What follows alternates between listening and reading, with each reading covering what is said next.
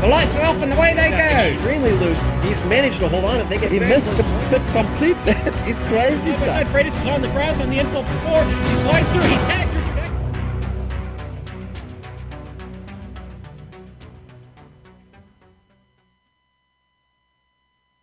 The AOR Formula Renault 2.0 Championship visits Brazil, the birthplace of the Bossa Nova. The phrase literally means new trend. And with opening lap crashes plaguing each of the first 4 rounds, hopefully that new trend starts this morning at Interlagos. It's round 5 of 12 on the Season 4 schedule, and all the action from both the 40-minute opening feature and the 25-minute sprint that follows can be seen live as it happens here on the Global Sim Racing Channel. Bom dia, and welcome to another GSRC broadcast. I'm your host, Bill Soup Zahn. Helping me call the action is the Australian sage, Richard Losper. Turning the knobs and pushing the sliders is our director, Amjad Yaman, with camera locations created exclusively for GSRC by its in-house director of photography, Dougie Beard.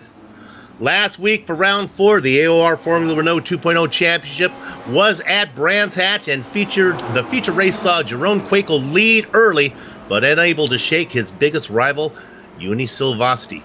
Right before the pit stop, the unit made his way past Quakel, but an off-track next lap by Silvasti let Earthquake back into the lead, and the eventual win. Silvasti took second. In the sprint race, another first lap big one took out a dozen drivers. Hugo Prado started 12th, and by lap 7 has made his way to second place. Pole sitter Ty McLeod held the lead for the first 14 laps until Prado passed him with 5 to go on his way to the checkered flag. Silvasti's runner-up spot in the feature was enough to earn him the top score for the round. 2 markers ahead of Prado. Caught up in the sprint race big one was Quakel, and that feature win, though, was enough for the sprint, and a sprint DNF tied him with Chris Tkach, who posted a 3rd and 9th. Let's see if I can get through this here. Renee Oosterkamp followed up the 5th in the feature with a 10th in the sprint to finish 5th overall for the day. Woo! Got through that. And that brings us to this morning. Cap up the whiskey and the sake, because here to pour us a shot of some round 5 Tecacha is Richard Losper. All right, so everybody's doing the Bossa Nova, and a very big welcome to all our viewers to Interlagos. Let us have a look at this track. We have ourselves a track which is located, of course, in Brazil, in the city of Sao Paulo, formerly known as Interlagos. We still call it Interlagos, but it was renamed in 1985 after Carlos Pache, a Formula 1 racing driver who died in a plane crash in 1977. The track was opened in 1940, and the first Formula 1 event was in 1972. Since then, there's been a steady host, of Brazilian Grand Prix since 1990. So what do we have? 4.3 kilometers or 2.6 miles. We have 15 turns, and it is a track that has lots of twisty bits in the vernacular.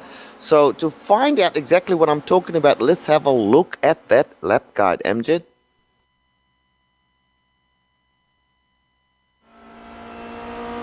All right, we've got Amjad Yaman in the GSRC Formula Renault 2.0, so let's do a lap around Interlagos. Into the braking for the Senna S, it's going to be very easy for drivers to lock up. The track drops away and requires careful trail braking to be fast. Try to set up a wide entry into the right-hander to give yourself a better launch around the Curva do Sol and eventually onto Reta Oposta. So much of the line around this track requires thinking ahead to determine the optimal path, so the fast guys have likely all done their homework. As we hit the backstretch, this will be a very popular place to pass. The draft, straight line braking, and no switchback means Descida do Lago is really your optimal place to overtake. Watch out for the exit, because the car will like to push wide with the drop in elevation. Switch sides quickly and line up for Ferradura, which is going to be a medium-speed double apexer. It's not as tricky in the high downforce Renault, but will still require precision. From there, turn 8 begins the technical half of the track. The curbs around these hairpins look flat, but don't be tempted to cut them too far. The bottom half of this car is sensitive and can get all kinds of messed up bouncing over the rumble strips. When you hit Pico de Pato, it's another tricky curved braking zone. But the important bit will be setting up a good launch off the turn, since it's going to be flat out for a little bit. You'll see there's no lifting through Mugello, and with Juncao being the most important turn to get right, you don't want to wind up in a too wide situation. Take as wide an entry as you dare coming in here to really open up the corner. And then, as soon as you think it's safe, get on the power and send the car flying up the hill. Anyone remotely close to you is going to get a huge tow and may even be able to draft past you. The switchback on turn 1 can make it possible to defend, so expect the battle to carry on. But as you come to the line, you've now finished a lap around Interlagos.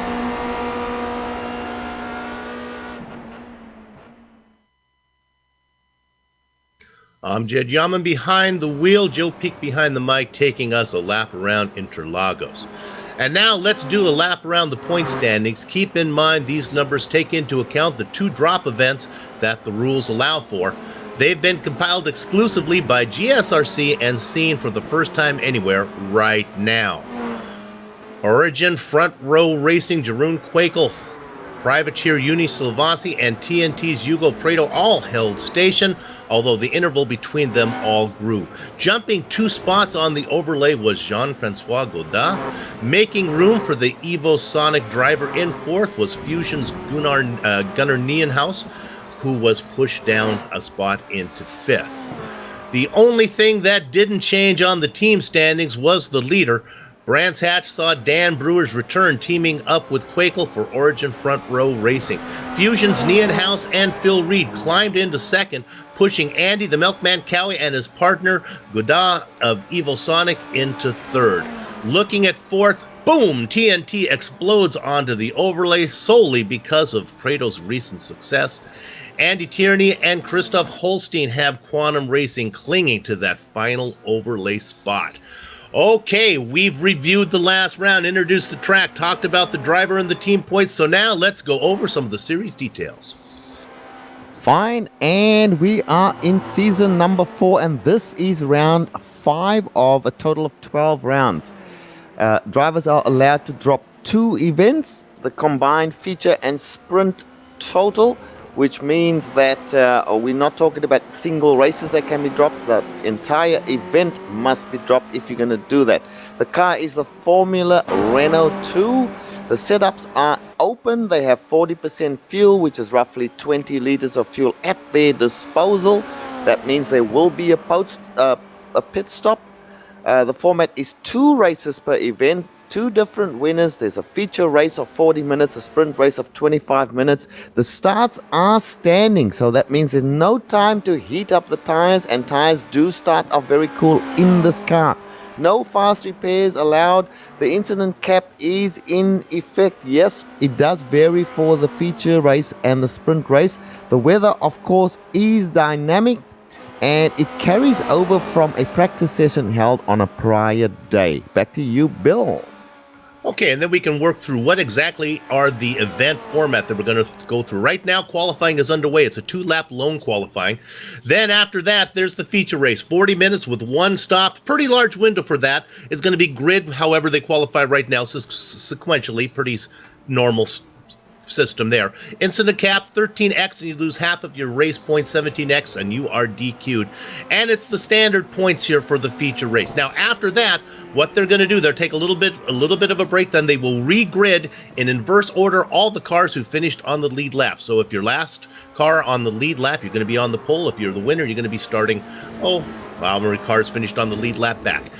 Then the incident cap, again, for this one is only 13x for the sprint race, and the points are reduced a little bit for that 25-minute sprint race. So 2 events here today as qualifying is just about wrapping up. Richard, we have just quickly talk about, we're going to cross our fingers. We're going to hope that the guys can avoid the big one, but if you wanted to track to not have to try to do that on, maybe Interlagos wouldn't be your first choice.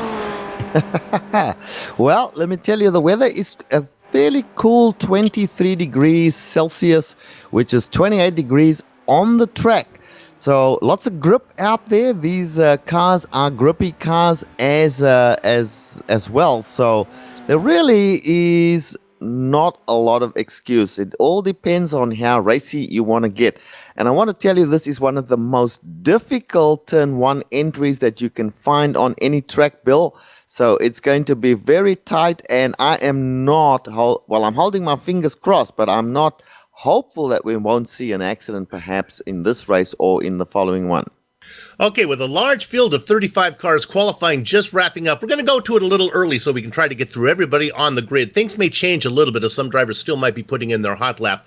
On the pole, it's a bit of a surprise. It's Christian to catch up there on the inside of row 1. Outside him, Jeroen Kwekel. Row 2 is going to be made up of the unit, Uni Silvassi with Gunnar Nienhuis. Row 3, Hugo Prado and Ty McLeod. The 4th row is Rene Oosterkamp, and then the French-Canadian Jean-Francois Godin. Randy Dandy Brewer in there in the 9th position with Patrick Kessler outside of him. Rich? And we go to row number 6, where we have Phil Reed and Lawrence de Rijk. In row number 7, Manuel Hure and Adam Maguire. Row 8 is Evan Artie, Imre and Christoph Leister. In row number 9, we have Adam Tierney and Robert Plumley. And in row 10, Stephen Chambers and Yannick Nienhuis.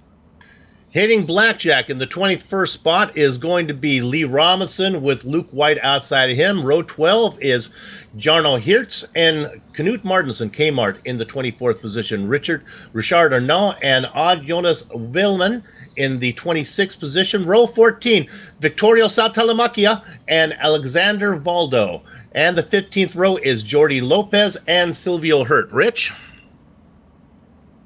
And let's go now to the final 3 rows. Row number 16, Kerry Nolden. This is a newcomer, but we understand that he's a previous champion. Lots of previous champions in this race. Andy Cowie on his outside. Then Sarah Dove and Steve Kagerer in row 17. And last but not least, Dylan Hamber. And they are gridding up as we speak. Back to you, Bill. Talk about the series passing you by. Welcome back, Kerry Nolden. He comes back, former champion, finds himself gridded at the very back of the pack. All right, we've got most of the cars out there. Keep your fingers crossed that they can get through that first corner. We have a surprise pole sitter, first time he's been on the pole, and that is Christian to catch. Gather up the chickens, take cover behind the cows. The horses are out of the barn, and to catch leads the stampede into the first corner. Peeking on the inside. Oh, he's going to make a pass for the lead, and that is Kwekel. Kwekel to catch side by side. Richard, so far, it looks like they're all negotiating that first little left-right-hander. Okay, so far, so good. That is the Senna S. And yes, indeed, they all got through there pretty safely. Very tough turn 1 here. And now they're racing for real up front. It is indeed Jeroen Kwekel. I'm way back here with Patrick Kessler, who started off in 10th position. He's battling there with Phil Reed just in front of him. But looking all good at this stage. And no big one to talk about, certainly in lap number 1 today. Single file pretty much all the way back to 35th. There's a little bit of passing going on right now. Taking a peek there was Randy Dandy Brewer trying to get around the 8th place car of Jean-Francois Godin. But everything looks good, and your leader still out in front right now. He's been able to hang on since he made the pass in the first corner, and that is the Earthquake, Jeroen Kwekel, to catch right behind him. No, and let me apologize. It's Silvassi. Silvassi has got into second. Yeah, and they're just coming through turn number 14, going up the little hill, and then they'll take what is a very, very long straightaway. You get up to some extreme speeds here. I'm still driving with Phil Reed, who's making a move now on Dan Brewer. Can't get it done. Dan Brewer hugging the inside of the track there. Phil Reed can't get by him. Oh, this is a battle here. We got to go up front. Oh, it's 3 wide. Oh, for second position. And there's third position. And sorry, Richard, I just had a horrible feeling what's going on. It's still great battling going on. That's out in front of that white car there. That's Christian to catch. Nienhuis now ducking on the inside, trying to get past all of those guys on the inside. That is going to be... Oh, it's McLeod. Ty McLeod peeking in there. McLeod now nosing his way out in front of his Nienhuis. McLeod on the inside. He's going to drop back. Prado's going to get that position. Woo, Rich, that was close. Yeah, that was close. 3 wide, heading down towards turn 4. Not where what you want to be doing. Now let's go right up to the front here, where we have our leader. In fact, Jeroen Kwekel, and no surprises, just behind him, Uni Silvassi. We've seen this before, Bill.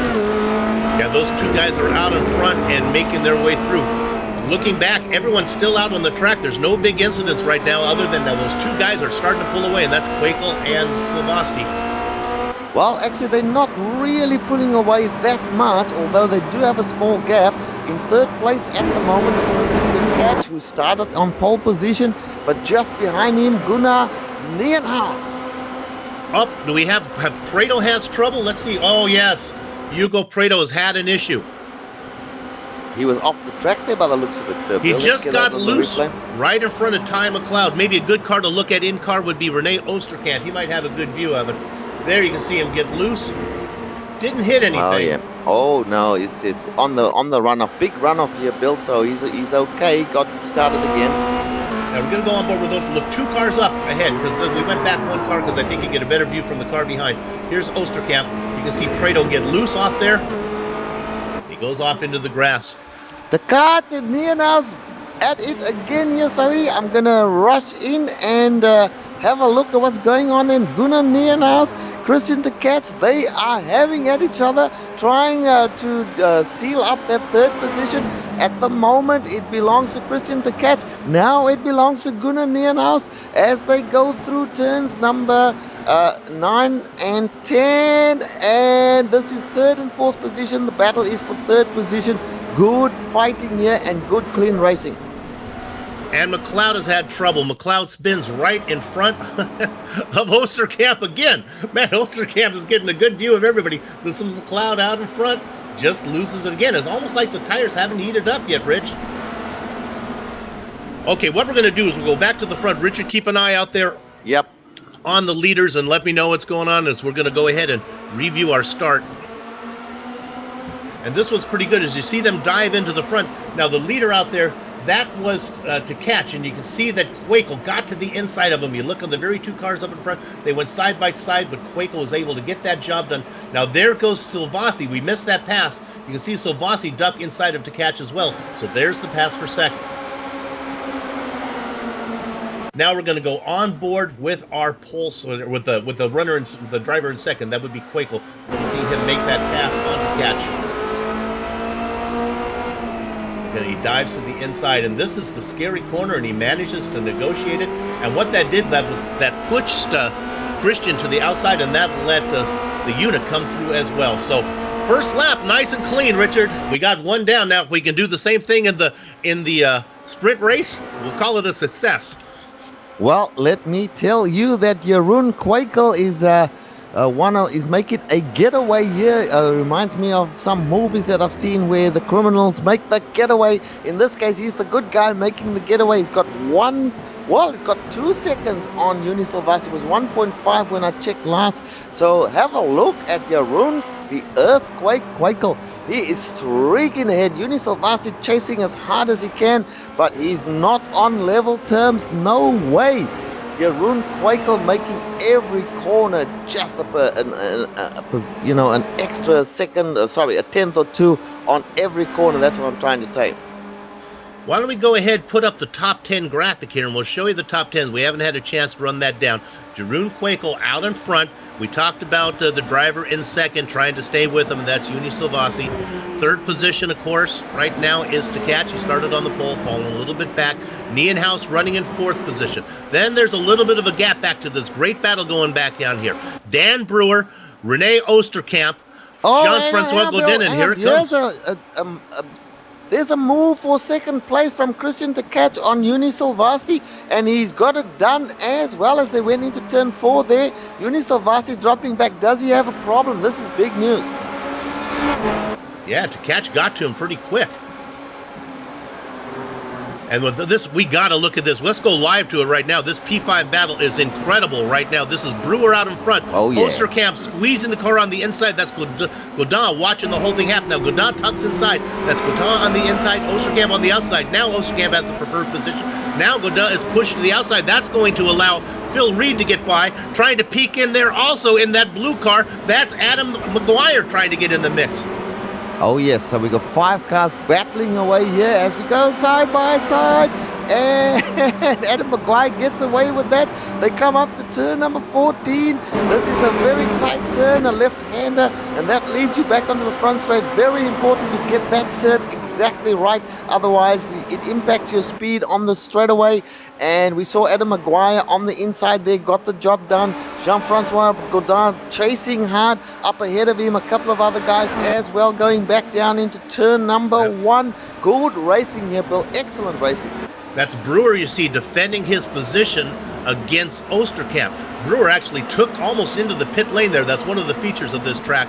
I thought he was pitting, but what he was just doing is holding a tight line. Now here comes Osterkamp trying to make a move. He's going to be on the outside. Not sure if he can get it done from there. Watching the whole thing happen in front of him is former champion Phil Reed. Osterkamp going to tuck back in behind. That battle is not done for 6th. And we got to point out that Tkach has made that pass into 2nd that Richard called. In fact, wait a minute. Where is Silvassi? Silvassi has fallen all the way down to 4th.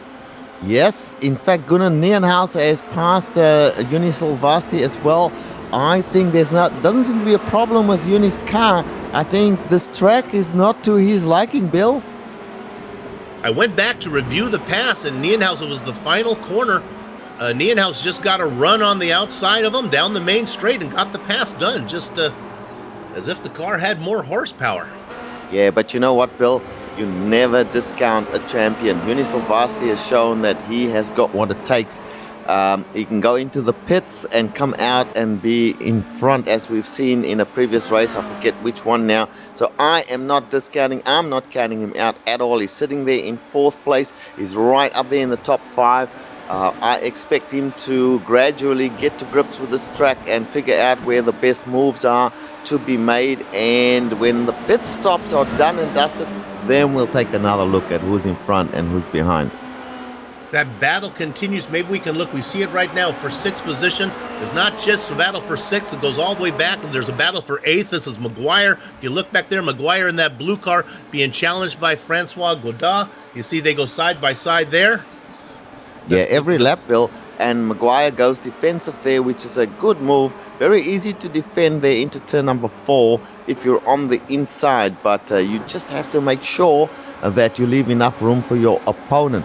Behind them, Patrick Kessler coming up to join the group here. That'll make it 6 cars, all nose to tail. And not too far away is Manuel here as well. So a big train here.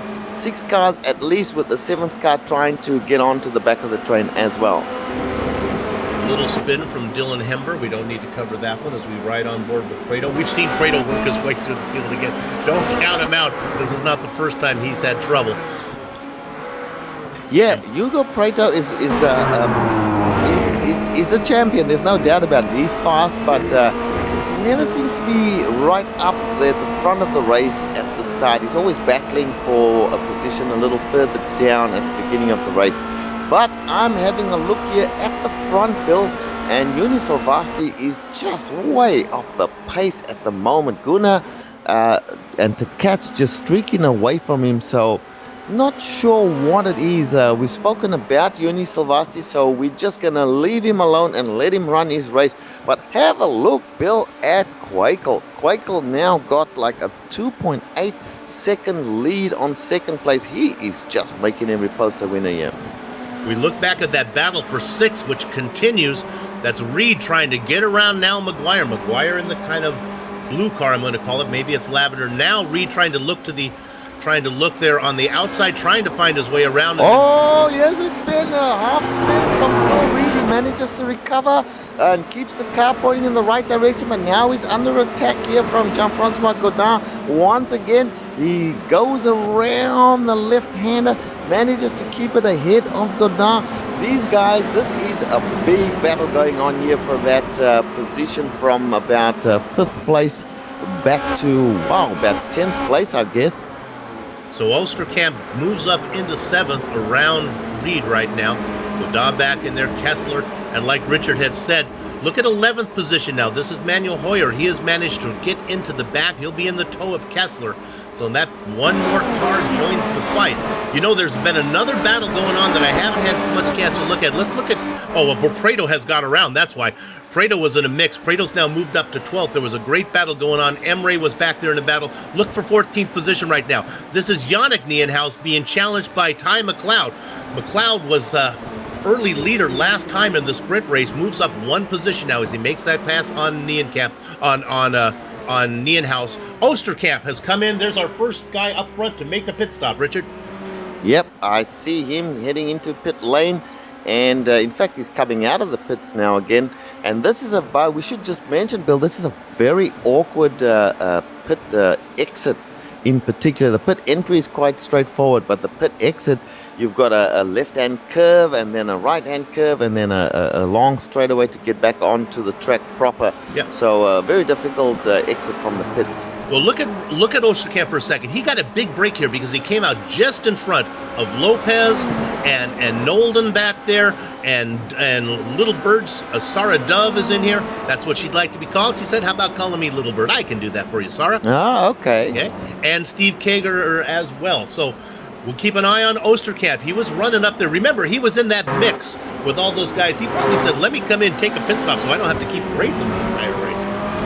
Okay, let's go back to Lawrence de Rijk in 16th place. We looked at that battle between Yannick Niehaus and Ty McLeod. Now, just behind Yannick, here comes Lawrence de Rijk, and he's looking on the outside as they head down towards turn number 1.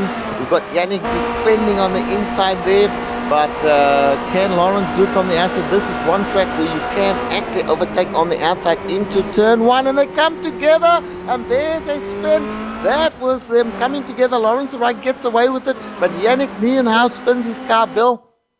Yep, that was the battle we talked about that Osterkamp was able to get ahead of. So Niehaus, that's the younger brother of Gunnar, has that spin. We can also talk that Joni Silvasti has come in and made his pit stop. And let's see, where did he file out? Did he get out in front of Osterkamp? And we have a spinner back there.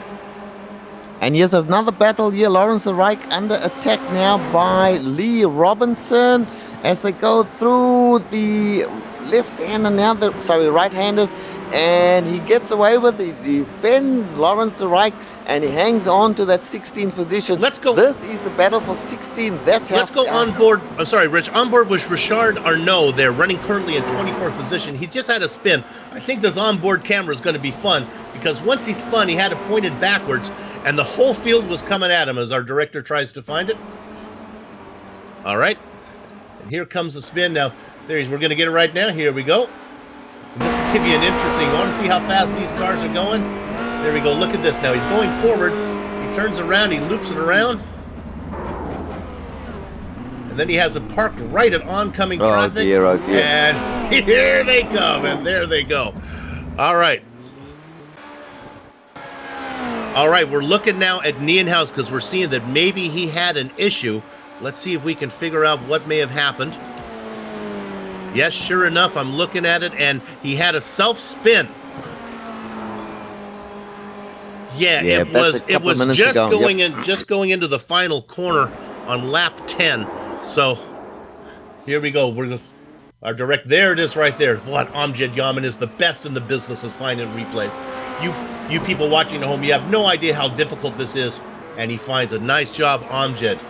So, Niehaus, that means the good news is, though, he didn't lose a position, but it's hard to say, Richard, because some of the guys who he's racing with have come in for a pit stop.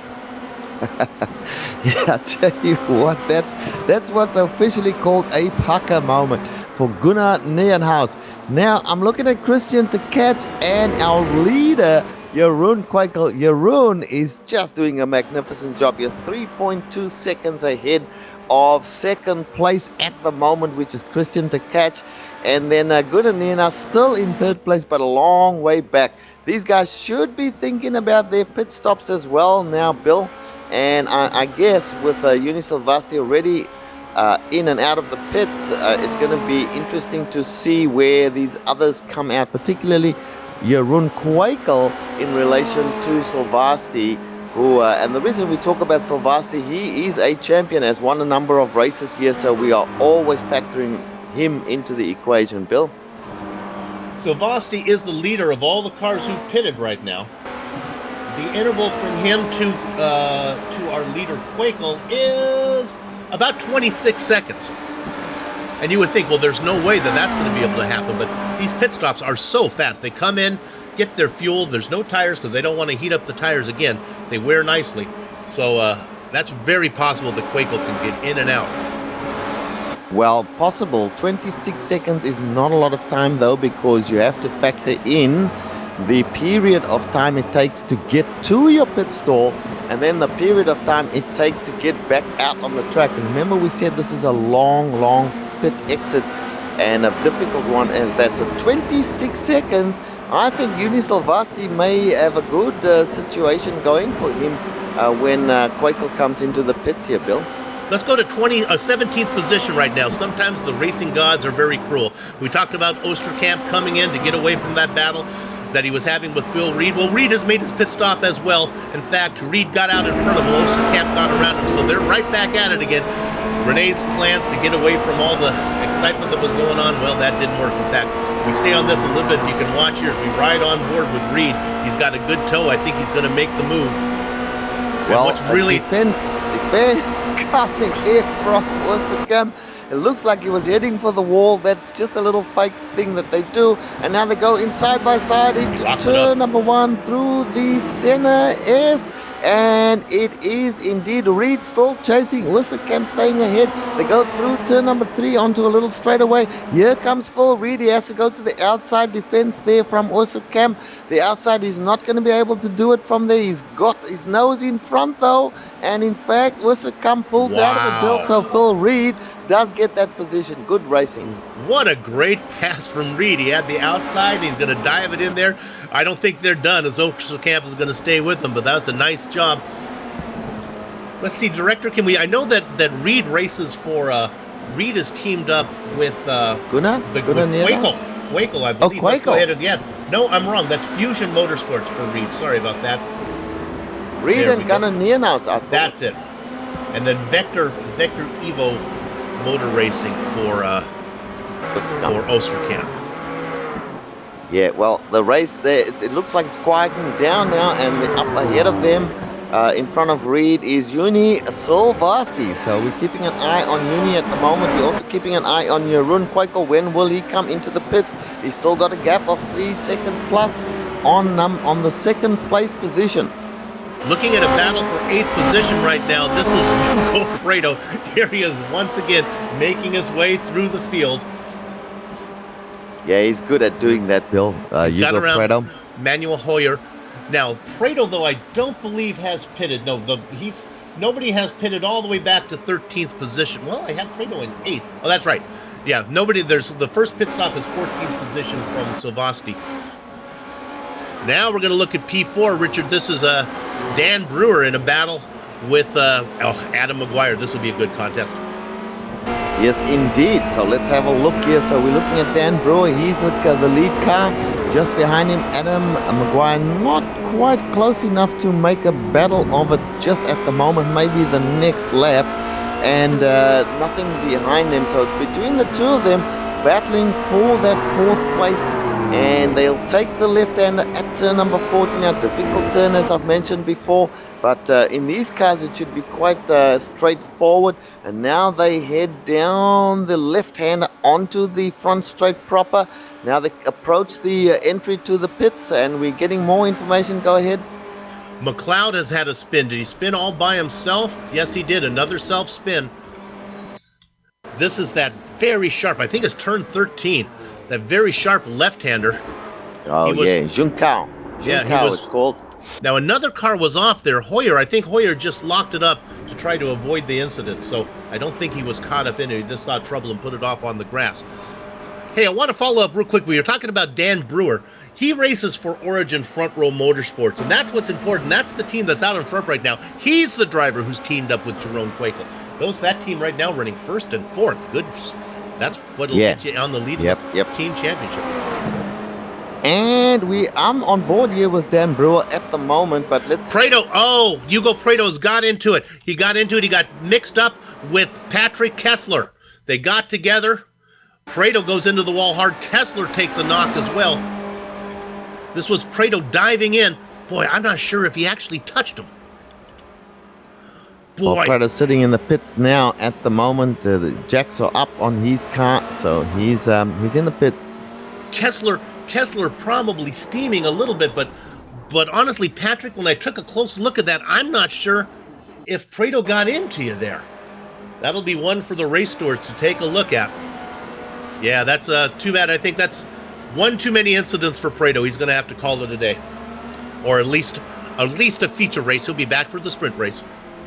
Well, this battle between Adam Maguire in position 5 and just in front of him Dan Brewer position 4 has continued as being the closest at the moment, and they go through the Senna S once again onto the Reta Aposta is the name of that straight. Well, I'm trying to get these names down, and not quite close enough once again to actually challenge for the position, but quite close there, those two, so we'll keep an eye on that. Corner sounded like it'd be good with Alfredo sauce on it. That made me hungry. That was good. I don't know what it means, but that was nice. Our leaders still staying out there all the way to 9th position, have yet to make a pit stop with only 16 minutes left to race. Well, that's right, Bill. We're keeping an eye on the time. There are 16 minutes left in the race. When are the leaders going to pit? There's about 7 or 8 of them that still have to make their pit stop, Bill. Let me give you a guy who's kind of on the move. Sixth position, Jean-Francois Godin. Remember, we were watching that battle up there between Brewer and Maguire. Well, now getting in the mix, here he comes, is Godin. Yes, he's not that far off, in fact, now behind Adam Maguire. It's a matter of a second or two, and they go down on the front straight once again, bearing in mind these guys have to think about pit stops as well. And here we go. There goes Brewer. No, not Brewer. No, that's Maguire into the pits. This track is incredibly annoying to commentate on because the racing line off that final corner is right through pit entrance, and it's impossible to tell if they're going to pit or not. So Maguire, go ahead. In the early days, when the track first came onto the iRacing service, you could actually get a black flag when you went too close to the pit entry there. They fixed all that up now, so guys can use the pit entry as part of the line. Look at Maguire. Here we go, coming out. He's coming out. He's going to get in this mix. He comes out just behind Silvassi. So Maguire made a good run. No, this is Reed, and Silvassi now is behind. Oh, Reed hasn't pitted yet. Am I correct? Yeah. Reed has pitted. So I got to see why is Reed ahead of Silvassi? This is quite interesting. What is going on here? Our leader, though, is not pitted. He's now got a 10-second lead on second place, Gunnar Nienhaus. We've missed something there. It was 3 seconds before, Bill. DeCatch has made his pit stop. I can follow up that Silvassi just got ran down by Phil Reed. So now with DeCatch coming in, has he come out yet? He's come out. He's come out in 5th position. He's come out ahead of DeRuyck, but DeRuyck is yet to pit. He's ahead of Reed. So DeCatch is now the leader of all the cars who have pitted, I think. Yes, I am correct on this. Okay, and Dan Brewer now goes into the pits, so there's your 3rd place heading into the pits. So Jean-Francois Godin now inherits the 3rd place, but he still has to pit. So there's about 3 guys, and that's Quakel, Nienhaus, and Godin, the 3 leaders who still have to do their pit stop, Bill. Careful, boys. You don't want to run it too dry. It's a long way around here. It'd be tough to limp it home. Nienhaus still out there, Quakel still out there, and the other driver who hasn't pitted yet, although they really don't matter because Sudden Strike Lawrence DeRuyck has yet to pit, but he's still behind Christian DeCatch who has. So right now, DeCatch running in, I guess would be 4th overall, is sitting in the best position. And we can just quickly mention Knut Martensen and Luke White also have not made their pit stops yet. 35 drivers in the race today, and we've had a hard time making our way past the top 10. Let's go to P8 right now as this battle continues here.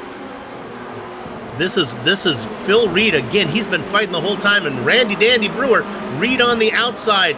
Brewer trying to fight back. Oh, very close there. That was Brewer trying to take that position from Phil Reed. They nearly touched wheels there, but they did not. which is the important thing. And Phil Reed hangs on to that position. Dan Brewer attacking, but it's all quiet now for the moment. Leader is in, and if Silvassi wants to come in for an interview in mid-race, we'd like to see why he is off the pace. He is really struggling. So those two guys got around. Okay, so Quakel is in right now. Let's see where Tkach is. Watch Tkach. Here he comes. This is going to be close. Quakel and Tkach. Who's going to get out first? It's going to be Quakel. Looks like he's going to get out by about maybe 2 seconds by the time he gets it wound up.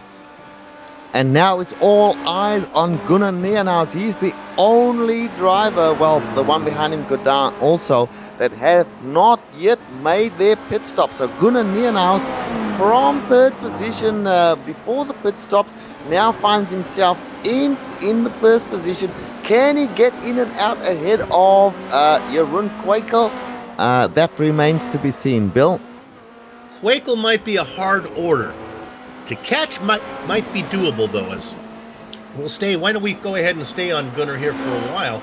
We're looking at Quakel because I believe this is going to be the pit stop here. He's just got to go around. This is this tricky corner number 13 here, this tight left-hander. Then you go through 14, which is this really fast, almost like a dog leg coming up here. Now watch the entrance into the pit. I'm going to assume he's coming in this time. And as he comes around here, should be coming to the pit entrance. And here he comes, because we've been doing this long enough to know that it's time to come in. So Nienaus coming in. This is going to be fast. Let's go ahead and pick up Quakel. Oh, it's not even going to be close. Quakel's going to go by. No race. Let's look for Tkach. Oh, here comes Tkach. I'm not even sure if Nienaus is going to be able to get out ahead of him. Well, Nienaus just getting into his pit stall right now. Remember, they won't take any tires. Just a couple of seconds for fuel. He spins the wheels as he comes back out. Now he's got to negotiate the difficult section. Once he's out on the track, we'll be able to get the gap. But he certainly... Does he come out in third place? Let's find out. Looks like he's going to come out in fourth, just ahead of Kmart. Boy, what a quiet race from Knut Martinsen, running in fifth position. I don't know if we've talked much about him. He had a little bit of battling going on, but a nice top 5 finish for him.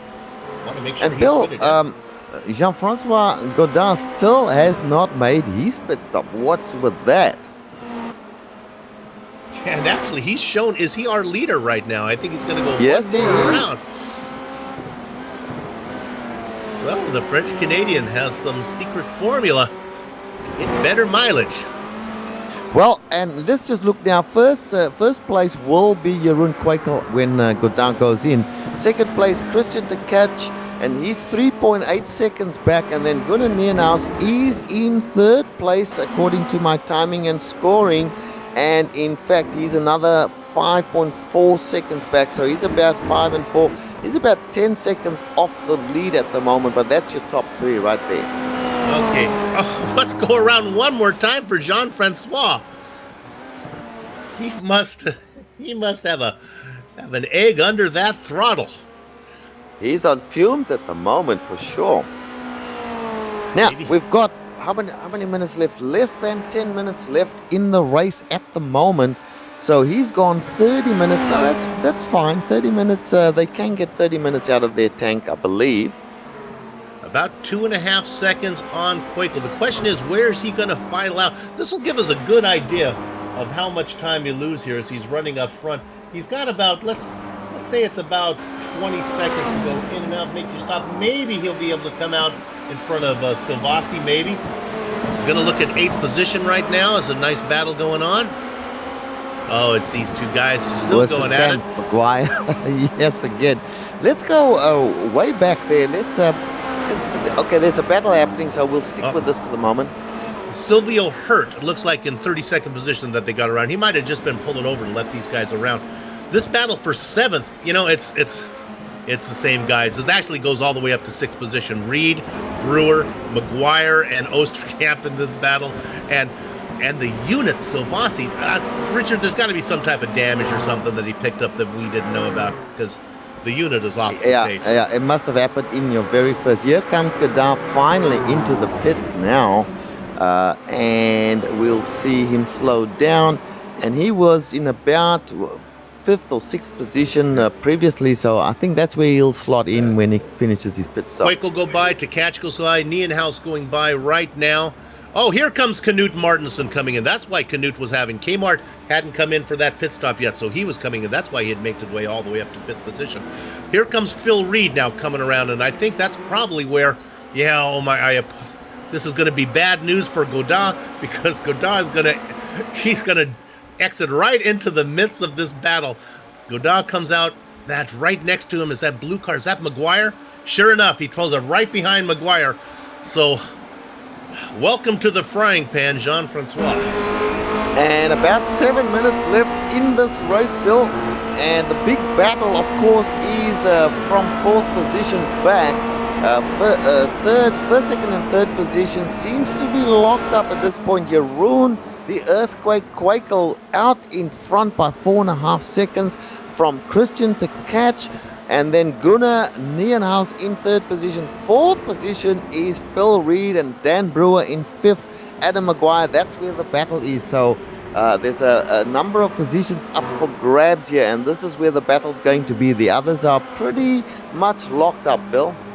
And we are well aware that there are 35 cars in the race, and we've done our best to try to get through them. But honestly, the battling up front for this fifth position, if we were to leave it, it wouldn't do it justice, because let's watch right now. Here comes Maguire. The battle is joined once again. Maguire being attacked there by Jean-Francois Godin. He is straight into the battle. You said he's going to come out in the middle of a battle. Yes, he loves the idea of coming out in the middle of the battle. And here we find Adam Maguire back on the defense.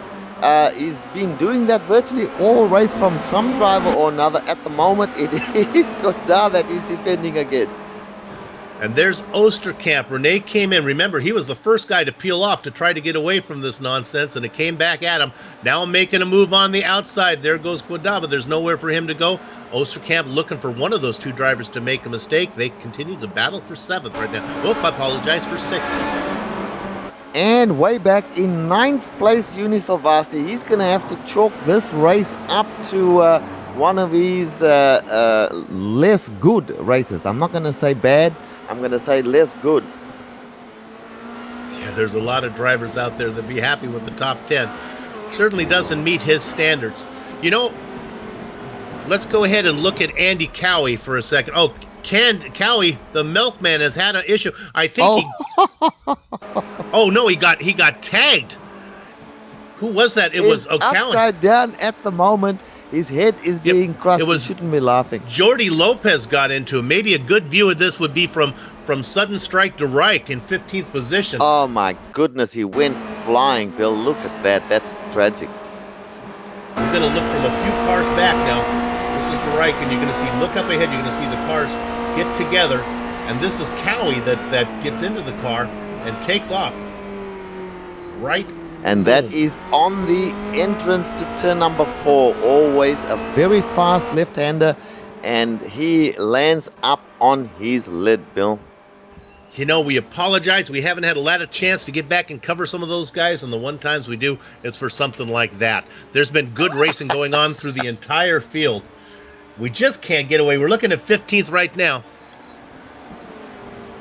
Had a conversation with Derek. Oh, we're going to go to 4. Yeah, we got to go to P4. Here it is again. This battle. Oh, and they touch. Going off. That's Dan Brewer into the sand, but he's able to bring it back. Here comes Maguire in that blue car looking to get around. Coming up behind, that's Godin now on the outside of Maguire. Godin trying to find a way. Maguire cuts his nose off. Not really. I don't want to complain about that. He's just racing hard.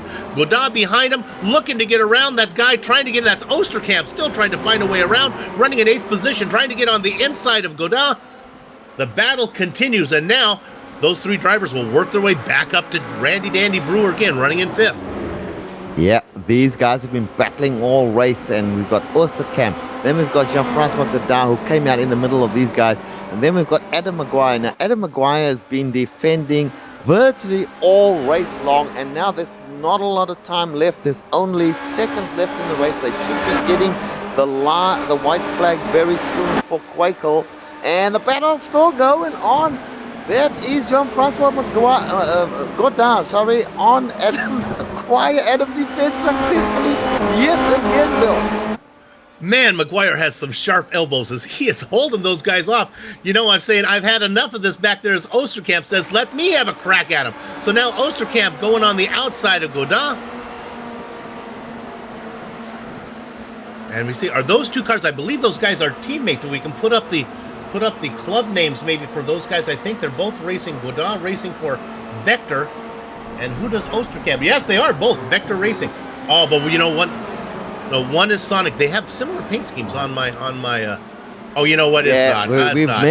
We've mentioned this before, Bill. I think the one car is trying to make them think that he's part of the team, but he's not really. Now, let's just go to Jeroen Kwekel. I think this is the second last lap. He'll be going through here. It won't be white flag just for him just yet. It'll be on the next lap, I'm pretty sure. As he goes to finish the penultimate lap, we think he's got a lead of over 5 seconds, Bill. What a great, a master class from Jeroen Kwekel here today. Yeah, and let me just say this. Save your emails. Yes, Godin and Osterkamp don't have that similar paint schemes. This my rods and cones weren't working very well. Let's look at Maguire again. He's got to play defensive, running in 6th position, takes that inside line. Eventually, one of these guys is going to be able to get around him. Oh, Maguire gets very loose, but he's able to keep it going. Wow, that was squirrely.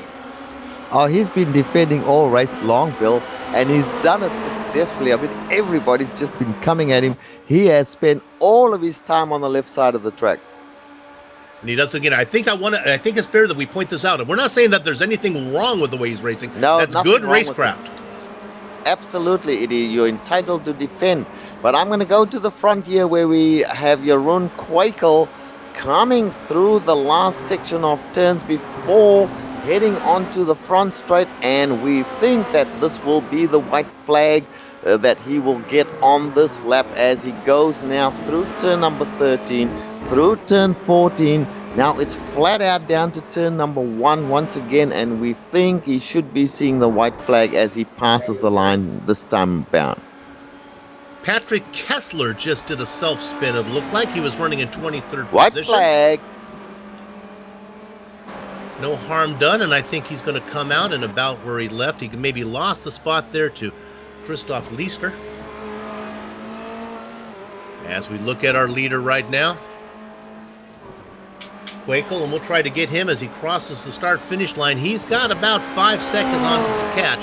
He's got a ways to go before he gets to the start-finish line. Let's go back and check in. Whoop, and here we go as I make sure I'm live on this one. Here we go. Jeroen Kwekel working his way around the back half of the track now.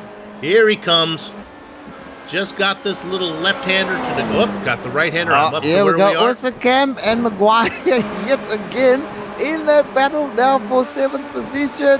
Osterkamp on the outside. It looks as if Maguire defends successfully yet again. Let's get back to the lead. We'll call the leader across the line as he's working through the S's right now. He works through 11. He's got 12, which is this sweeping left-hander. Then the sharp right-hander, what I think maybe the hardest corner on the track. This is 13. Then it's pretty much throttle down from here as he's got the dog leg 14 a little bit. Want to make sure you do this one safely. He started on 2nd position. He got the lead going into the first corner, and he's held it all the way from there, except for a few laps when, thanks to the pit cycle, your winner, round number 5 in the feature event, goes to the Earthquake. Jeroen Kwekel, 2nd position to catch. Bienenhouse is going to get 3rd. Let's go back to Phil Reed. Looks like he's in 4th. Brewer's going to get 5th. And I look at this. It looks like Maguire's going to be able to hold off Osterkamp, Rich. Yes, and Godard just behind them as well. Great driving from Maguire. He just defended all race long, but he got away with that. He was definitely the star of the show. Take away the leader, of course. Silvassi, maybe he'll come and talk to us, find out why he was off pace. He's going to get, where is he going to finish? Look like 9th overall then when it's all said and done. And rounding out your top 10, I don't know if we've mentioned his name once. Evan Emre gets a top 10 finish. He's got to be happy with that one. Yep. And I think if we talked to Silvasti, I think being the champion that he is, he will just say, oh, I don't like this track and I'm not very good here. Because I couldn't see a problem with his car or anything unless he got some damage in lap number 1, Bill, which I don't remember him being involved in anything. I think he was just not on the pace. Yeah, where did he actually qualify before we run down the entire order? He qualified third, and already that shows you he wasn't up to his usual speed there. Let's go ahead and run down everything for you. I'll take the top 10. We saw most of them come across the track. Jeroen Kwekel goes ahead, picks up another victory. He's going to get full points there. Christian Tkac, Gunnar Nienhuis in third. Phil Reed and Dan Brewer go fourth and fifth. Adam Maguire, Rene Oosterkamp, Jean-Francois Godin in eighth position. Ninth and 10th goes to the unit, Uni Silvassi. And rounding out the top 10, Evan Emre. And in position number 11, it was, Knut Martensen. 12th place was Manuel Hoyer. In 13th place, Luke White. 14th place, Adam Tierney. 15th place, Ty McLeod. He was in a number of battles.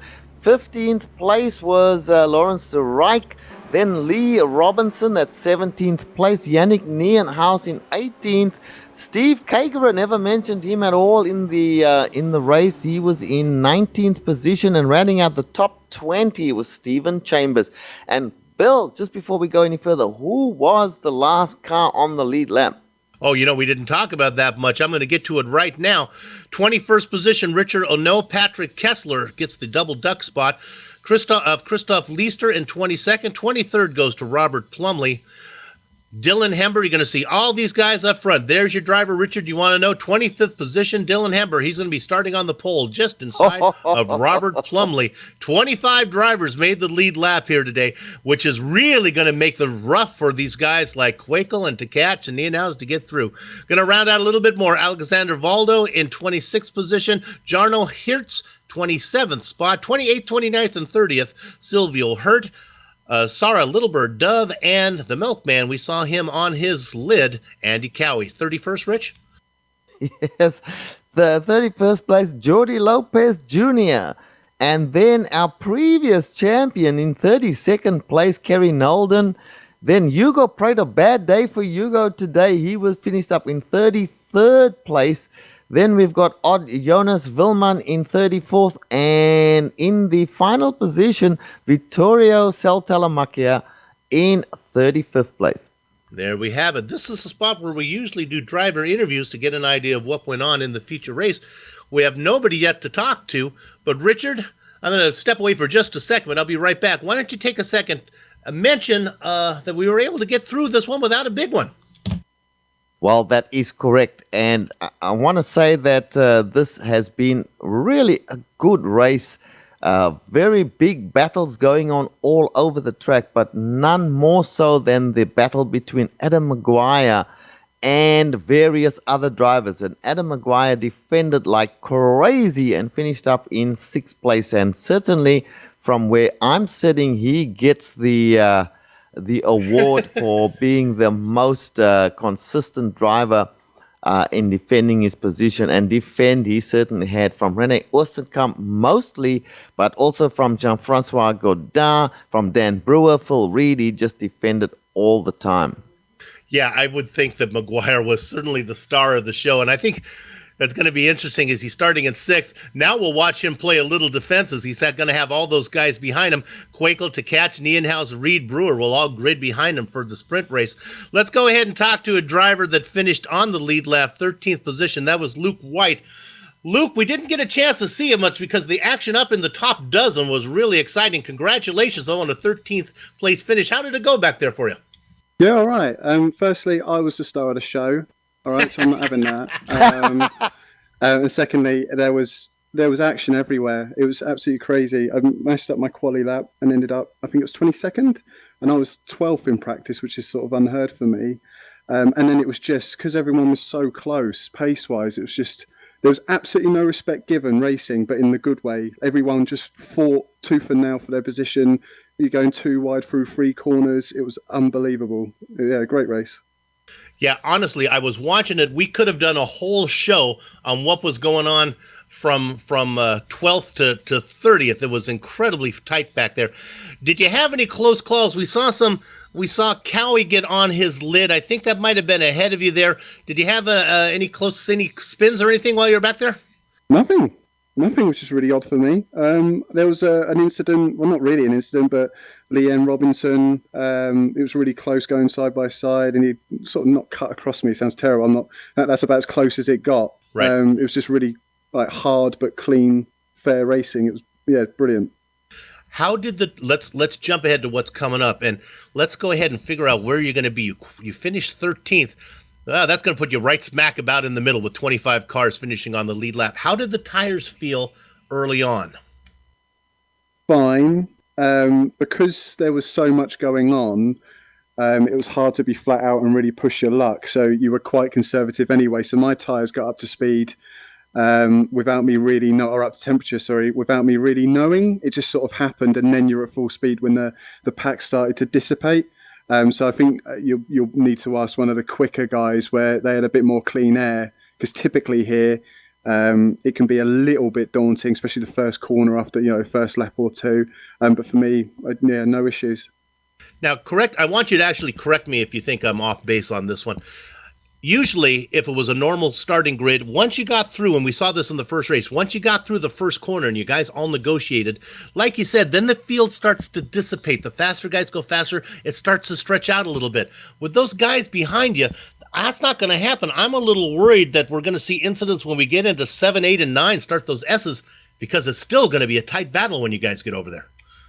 It is, but I think this season has been a bit of an anomaly when it comes to crashes and the big ones, as you say, because we have a full grid of very, very good drivers. And unfortunately, like last week, I overreacted after the race because I thought someone had done something really stupid. And it turned out it was just a slight touch that sent the wheels in motion to what was a massive accident. And, on another day, it's a slight touch, you carry on, or you slight touch, you go off and you come back on and nothing happens. It was just really unfortunate.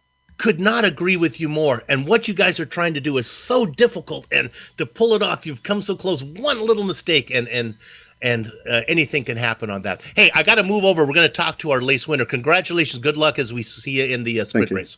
And great job for everything you do. Thank you very much. Thank you, Luke Wright, your 13th place finisher here today. Richard, I'm going to let you talk to our race winner here. It's the Earthquake, Jeroen Kwekel. And we have Jeroen in the booth with us. Jeroen, congratulations, first of all, on a nice win there. In fact, as it turned out, in the wash, it was quite easy for you. Just tell us a little bit about the beginning and what your thoughts were. And then finally, I think you finished up with something like 5 or 6 seconds better than anyone else. Well, the beginning was quite good. It's usually my Achilles heel, the start of the races. This time it wasn't really. The pace was relatively okay. Could have been better though. But I do feel a little bit guilty about the contact that I had with Silvasti. At the time I thought he squeezed me a bit on the braking. But looking at the replay, I think I could have done more myself to avoid contact there. So, it's he said it as well. It's a bit of a racing incident. It's just very unfortunate that he picked up damage, and I feel a bit bad for him. Right. So that, we missed that on the broadcast, and we thought there was something wrong with Uni's car. We didn't exactly know what it was, but he was definitely off pace. And so now we know the answer to that, Bill. And during the rest of the race, I mean, you just kept everybody at least 2 or 3 seconds behind you, and even after the pit stops, you increased that gap. So a workman-like performance from you there, Jeroen. Well, I was searching quite a bit in the race. I'm actually not very happy with the way it went. The first couple of laps after the contact with Silvasti actually were very good, very consistent. And right before the pit stop, I was searching. I don't know what I was looking for, but I guess more consistency. I was looking for more consistency, but I couldn't get it. And I started to make mistakes, started to drop in the high 27s. And that's where I lost a bit of time to catch. But honestly, he couldn't close the gap after the pit stops, and that's only lucky for me, because next time maybe it's a different story, so I need to improve on that, I think. Yeah, and just on the next race now, 25 cars finished on the lead lap. So we are going to have Dylan Hember and Robert Plumley and Christoph Leister. Those guys are going to be on rows 1 and 2. So thinking ahead, what are your thoughts on the next race? You know what, I'm not going to say anything anymore really about the sprint race after what happened at Brands and stuff. So Fingers crossed, that's for sure. I hope we can entertain all of you again. I wish you best of luck with the broadcast and have fun with it. But yeah, honestly, I have no words. It will be tricky again to get through the field. And if there is a crash, hopefully it won't cause a chain reaction, because that's what has been happening the whole time. Oh, yeah. Look, I don't envy you at all starting in 25th position. It's going to be torrid, I think is the word. Look, congratulations, my friend. A nice, good win. At least you've got the points already in the bag, and everyone else has to catch up to you in the next race. So congratulations on a first win, and on a first position, and thanks for talking to us. And back to you, Bill. Jeroen Quake, we're going to be watching him. He's going to be starting in 25th position, right in the midst of the chaos. Okay, this is the Global Sim Racing Channel. What we're going to do is take a short break and see if we can get everything set up to bring you the sprint race. So don't go too far. Make yourself a little snack. We'll be back in just a few.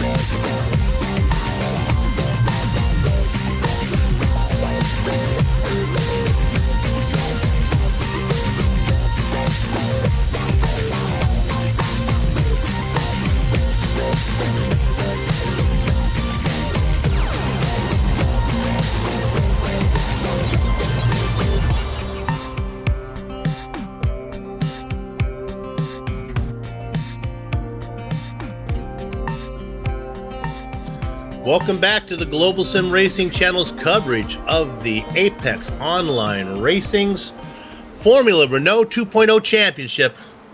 And boy, did we have an exciting event. You're looking at the race results up there right now from 11th through 20th. You can see the Flying V, Stephen Chambers back there in 20th position. Those drivers all on the lead lap. They're going to be starting ahead of the faster drivers. Richard? So, Bill, Go ahead. so if I am if I'm Jeroen Kwekel right now, I'm saying my prayers because I'm starting in 25th position here. I've got 24 cars in front of me, and the ones that are right next to me are the good guys, but I have to negotiate 24 spots to try and get to the front, and I'm thinking, when is the big one coming? Because this looks ominous, Bill. Yeah, now we talked a little bit about it. I was talking about it with Luke White. These guys have worked really hard in the forums to try to figure out how to negotiate and how to get through the big one.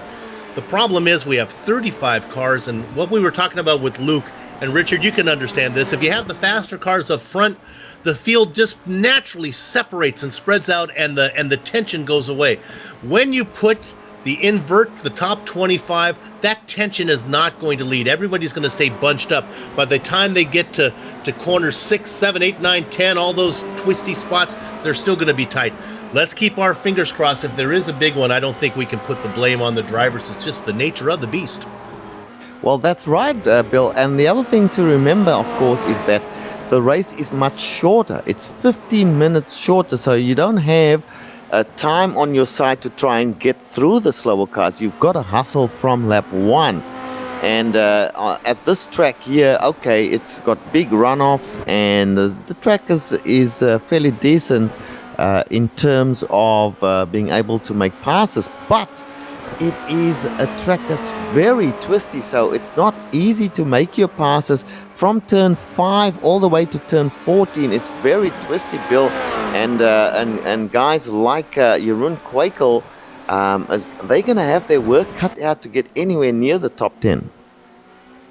One of the things we look for usually is a fast driver that had problems and didn't finish quite so far up in the standings as you would normally think of. That often falls on Hugo Prado, but today I think the guys in the back, might be chasing the unit. And but this could work in Yuni's favor. So where did he finish? I forget where he finished. Something like 8th? Yeah, 8th or 9th. So he'll be ahead of all those guys. That's right. So he's got a shorter way to the front than than Jeroen Kwekel, Gunnar Nienhaus, and Tkach, and so on. Okay, can we're going to be able to bring up the grid here, and we can go into the qualifying order. Nope. Here we go. Okay. Looking here, we have on the pole, Dylan Hember, Robert Plumley, Christopher Leister, and Patrick Kessler make up the first 2 rows. Richard Arnault, Stephen the Flying V, Chambers, Steve Kager, and Yannick Nienhaus in the 8th position. 9th and 10th, Lee Robinson, and Sudden Strike, Lawrence DeRuyck. Rich? Then we've got Ty McLeod and Adam Tierney on row number 6. Luke White, who we spoke to, and Manuel Hoyer in row 7. Row 8 is Knut Martensen and Evan Imre. Juni Silvasti in 17th position. Row number 9, Jean-Francois Godin next to him. Rene Oostenkamp and Adam Maguire is 19th and 20th places, row 10. Then back to these last guys. Brewer, Reed, Gunnar Nienhaus, and Tkach. Those are going to be all the guys. And, of course, Kwekel in 25th position. Those are all the cars that were inverted. 26 to the back were cars that are left down. Green flag. Gather up the chickens, take cover behind the cows, because the horses are out of the barn, and Dylan Hember leads them down into the first corner. Robert Sugar Plumley in second. Bunch. Oh, already trouble there for Hertz. Silvio Hurt come to a stop in turn number 1, and behind him another car. Jean-Francois Godin out on turn number 3. Big trouble already, Bill. A couple cars out, but at least it wasn't the big one that I could see. Godin is out. A couple other cars caught up in it. Maybe Hertz was involved in it. Unbelievable. After all of that. Oh, there's more trouble. Adam Maguire, Brewer, I think, in trouble there as well. Out of turn number 5. Been 4 or 5. That left-hander, I think, one of those. Yes. A few more cars out, but again, a little damage here and there. Not the big one so far. We're looking at Willman is in trouble, coming back more onto the track. Rene Oostenkamp. Richie Arnault into the wall as well. trouble everywhere, little accidents everywhere, Bill. Not the big one, but accidents, lots of little accidents. Manuel Hauer running is off, but he has a little bit of little picks and pricks that have cost guys.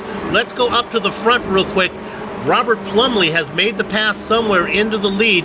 Plumley has got around Kessler now. Hember, who started on the pole, has fallen back. No, he didn't start on the pole. I apologize. Yes, Hember started on the pole, has fallen back to third position.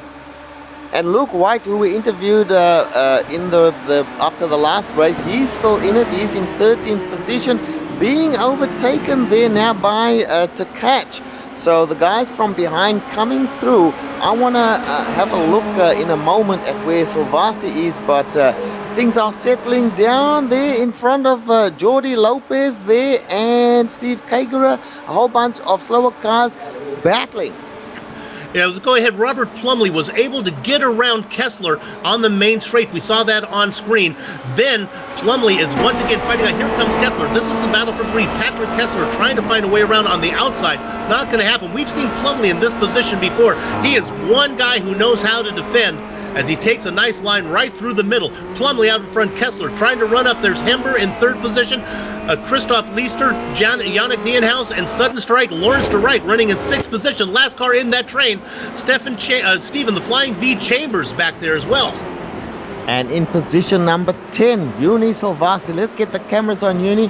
He's just behind that large train of cars. In front of him, his first victim, shall we say, should be Evan Emre. Can he pass Evan Emre to get into the 9th position and then be in a position to attack all those slower cars? Well, what we assume are slower cars according to Uni in front of him. So we'll be keeping an eye on Uni's progress. Let's go up front. Sorry, Richard, to cut you off. We have side-by-side for the lead right now, going into one, making a move on the outside. This is Kessler in the familiar defensive position is Sugar Plumley, but Kessler is able to make that move. Welcome to the front, Patrick Kessler, your new leader.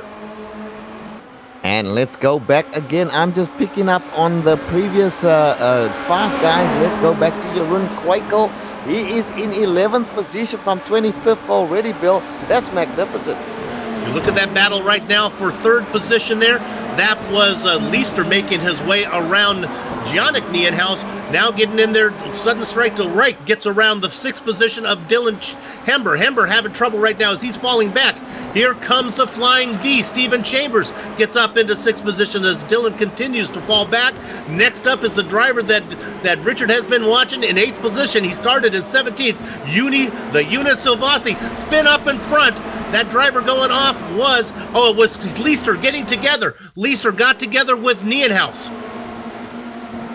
And Bill Kwekel has been in a dour battle with Ty McLeod for what is the 11th place at that point in time. Ty McLeod now being passed by Jeroen Kwekel, now in 11th place, taking on 10th place at the moment and passing him. That's Evan Emre. So Kwekel making every corner a winner. He's already up to 9th place at the moment. Good racing. Okay, we're going to go replay the start. This is probably a good time to do it as things are settling down in the lead. Here we go, and we go to the right replay. And we'll go ahead. Rich, keep an eye. I know there's going to be lots of excitement. We'll see if we can get this replay out of the way.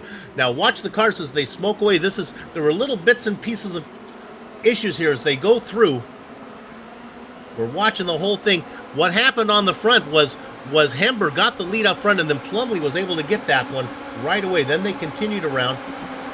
Now we're watching them side by side there. Not quite sure. That looks like, there we go through there, and there was some issues going off. I believe that was Osterkamp. There's Godin going off as well. What we did, though, Richard, I think we can tip our hats here as we watch all the drivers. There's a little issue there we're going back live on this one, as there wasn't a real big one to cover. I think we can tip our hats that the guys were able to get through. Okay, let's go back straight away to Jeroen Kwekel, who's following Uni Silvasti. This is 7th and 8th place at the moment. Uni Silvasti struggling to get past Stephen Chambers as they go into turns 13 and 14 and get back onto the front straight. But Uni Silvasti and Jeroen Kwekel will be battling. Well, they are battling. They are right one behind the other.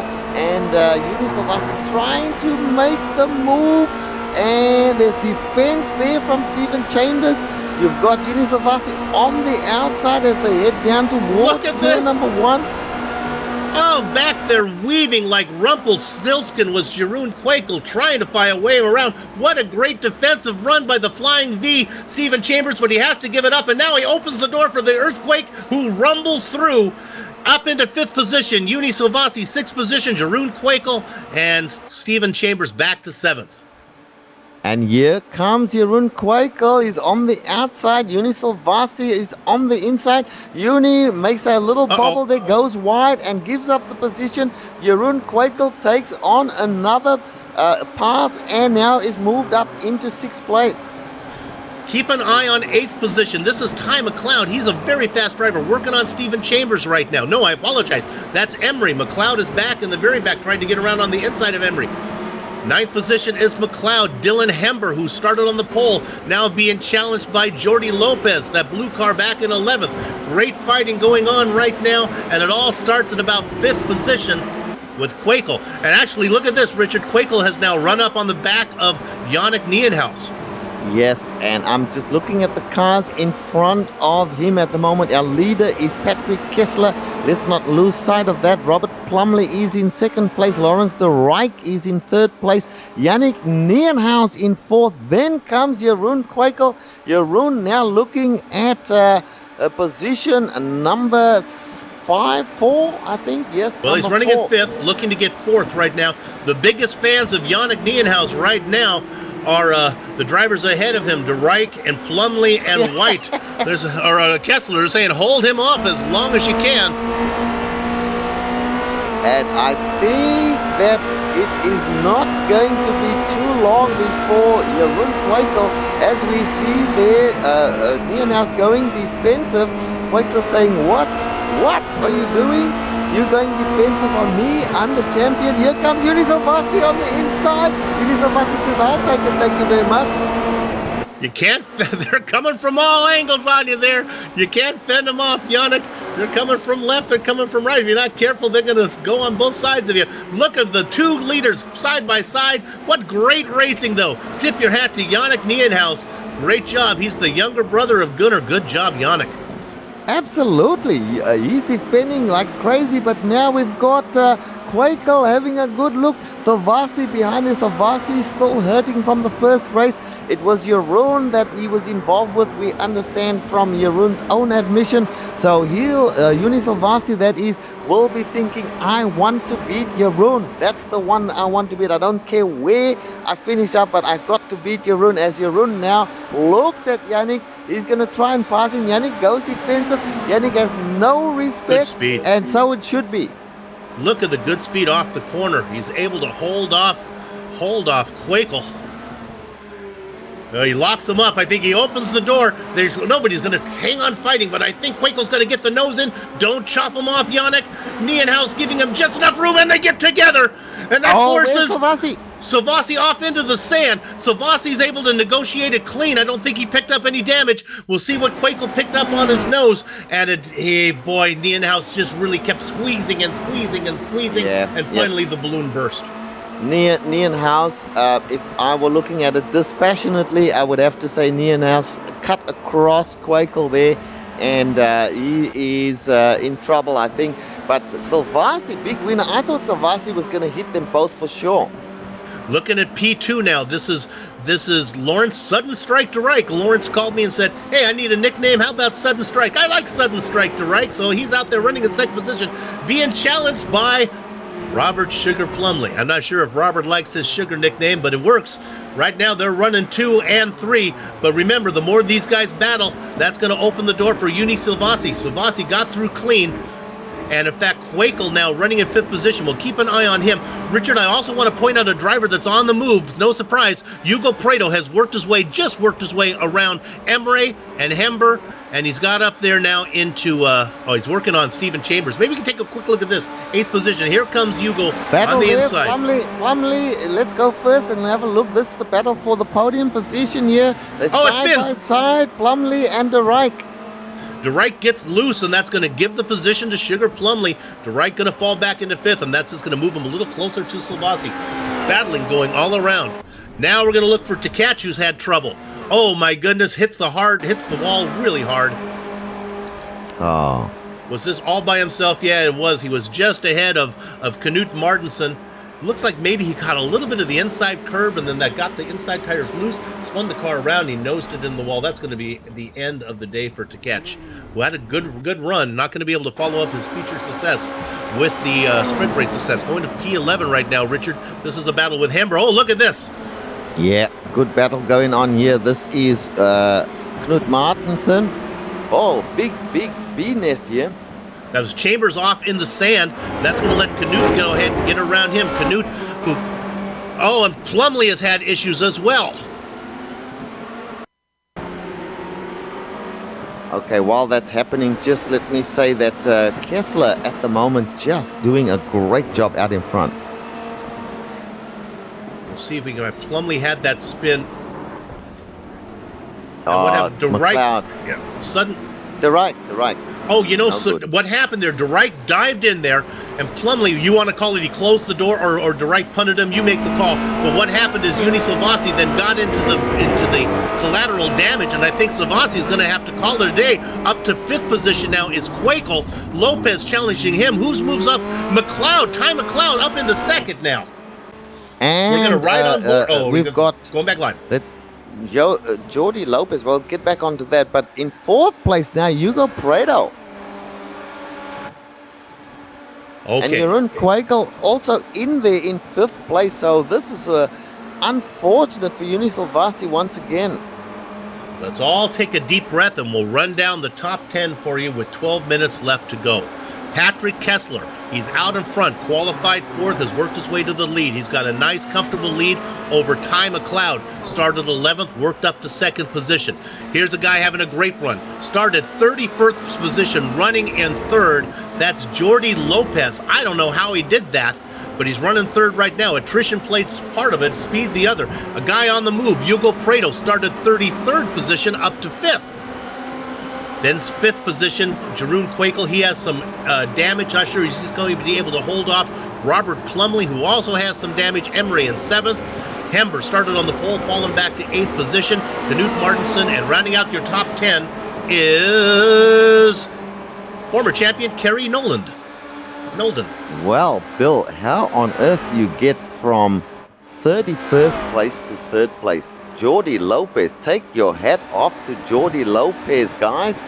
He is in 3rd place. This is not a guy that we've even mentioned in the last race, and look at this run. Then we got 4th place, Hugo Prado, and hats off also to Patrick Kessler. He's got a 6.7 seconds gap on 2nd place, so not that many minutes left in the race, about 10 minutes. It is possible that he could hang on for that win. We look at this battle for P3, and I believe that was Prado who just made the move. Prado in that yellow car just got around Lopez, I believe. Those two guys they've been together the whole race. Lopez started 31st, Prado started 33rd, so they've been working as a team, working their way through. Prado, once again, having another one of these races, able to turn lemons into lemonade. Had a bad feature race, going to follow it up with a great sprint race, and he's going to end up good in the points. And you know, Bill, my feelings go out to Uni Silvassi. Two bad races here. He's way down in the standings on this race as well. And at one point he was looking really good. I think he was up to 4th place. And then an accident has put him right out there. So this might be a drop event for him once again. I'm not sure. But we've got to go with what we can see. And at the moment, our leader, Patrick Kessler, 2nd place, going to Ty McLeod, and Hugo Prado in 3rd. Now here's Plumley trying to take his usual defensive line as he's going to be trying to be passed right now. Not going to be able to get it done. Oh, doing a little dip-to-do, a little under. That's Evan Emery trying to get around him. Watching the whole thing is Hember. Martinsen back there as well. Quakel doing the best he can with that damaged car. They're all jockeying. Everybody on the left side, they're jockeying to keep defensive and maintain the position. And Knut Martinsen just behind those three up front of Knut there, they're battling hard for position number 7. 3 of them battling for that position, and Knut Martinsen sitting in 8th place, catching all 3 of them as they battle. Is there a way through for Knut, Kmart as you call him? Riding on board with Hember right now, looking at the two guys, a little bit of contact, and then he gets collected. What happened was Emery and Plumley got together. That got Plumley off pace, and then Plumley got collected by, who could it have been? Looked like it might have been Martinsen. Yeah. Yeah, Martinsen didn't have anywhere to go. You'll see that he wasn't fast enough on the brakes. He hits the car in front of him, and he suffers the spin and the damage. It just all came back towards him. So when everything settles down, that leaves Emery in 5th. Hember moves back up to 6th. Quakel in 7th position, and Nolden in 8th. And we'll watch that right now. Here comes 2 champions working their way here. I apologize, Quakel is not a champion yet. He's working to be his first championship. Kerry Nolden, I believe, is your first champion from way many seasons ago in the Pro Mazda car. Now working his way up to 7th. Next one for him is Dylan Hember. And Kerry Nolden just passed Jeroen Quakel, and Jeroen gave that up pretty easily because Jeroen wants to finish this race. He's got a win already in the feature race, and if he can get a good position here, he's currently sitting in 7th or 8th place. And if he can if he can even just finish where he is now, that's going to give him possibly the points for the day. So he doesn't mind if Kerry Nolden, who finished in something like 33rd position in the first race, gets ahead of him. Well, Nolden has places to go as he continues to battle with Hember. Hember doing a good job of holding off the former champion. They've been side by side all the way through these twisty sections, and finally Nolden's going to have the preferred position, gets that 7th place locked down. And you know, Bill, we have to apologize. I'll get back to my point. Go ahead there. Looks like Plumley, who was running at about 21st position, had a spin all by himself. His day goes from bad to worse, and I think he's going to actually take a tow. Everybody goes around him. Oh my goodness, they were splitting him. Poor Plumley sitting out there in the middle said, I got to get out of here, decided just to exit out. They were coming from all angles. Well, now let me make my point here. I want to make an apology. Dylan Hember started on the pole position, and honestly, I was a little bit... I didn't give him due credit, put it that way. He is out there, Dylan Hember. I'm going to put the cameras on him, doing a fantastic job at the moment, sitting in about 7th place.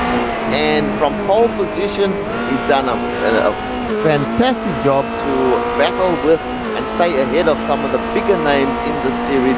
And looks like he's headed for a good finish if he can just keep it together. We ride on board with him right now. Let's go ahead and give a little love to our leader, Patrick Kessler. Be careful what you wish for, Patrick. I'm going to give you a little attention. I don't want to give you the commentator's curse. I've been calling for you to have a good result the whole season. I've been watching you. You're always fast in practice. Now you're able to, looks like you are only 5 minutes and 30 seconds away from picking up your first race victory of the season. You have a 5.2 second lead on Ty McLeod. McLeod is also notoriously picking up quite a reputation for being good in these sprint races, currently running in 2nd position. Oh, it looks like our former champion, Kerry Nolden, did he have an issue? Did he lose the position? Oh, he got off track and looks like he's hit the wall pretty hard there. We're watching the replay right now.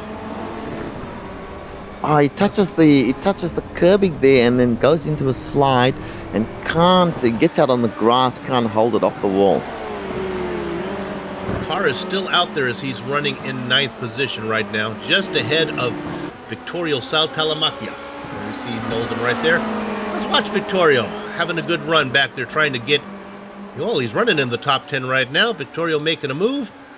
I practiced his name for weeks. I like to call it Vittorio Saltalamacchia making a move on the outside. Not going to be able to get it done on Kerry Nolden. And there we go. When Bill gets the name right, you got to celebrate. So at this point in time, I I'm going to go. celebrate, but he had a spin and he's now fallen back a few positions. So I cursed him. Okay. All right. Well, there's a big battle going on. That is. Oh no, that's a replay. Okay, no worries. Now let's go to Ty McLeod. He's sitting here in second position. Up ahead of him is Patrick Kessler.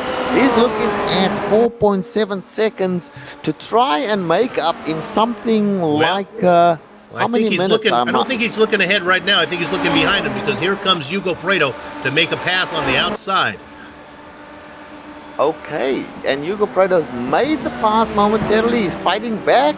They go into turn number 1, side by side. Oh. Do they touch? Almost a touch there, but my goodness, Ty McLeod gets away with that, Bill. I thought Ty was gonna chop him off, and he said, "No, I'm not." And he straightened it out, but he had such momentum, he went off onto the grass.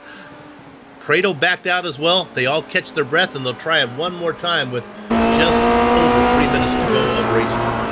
And this is the battle for second place, so we'll definitely be looking at this as we see Hugo Prado closing it up again, and Ty McLeod saying, well, I'm in second place, you're gonna have to take it from me if you can. I'm not gonna give it up easy. And in fact, Prado may well have to be content with the third place because Ty McLeod making his car very wide, running down the center of the track most times there, Bill. I can remember from my pre-race notes, I believe McLeod led for about 14 laps in the last sprint race. And here he is again having another great race, trying to go second place back-to-back in these sprint races. He's got a tough job, though, holding back Hugo Prado. Yeah. Oh, look at the run Prado has here, Richard. Here comes Prado, but McLeod defends, so Prado will have to do it from the outside.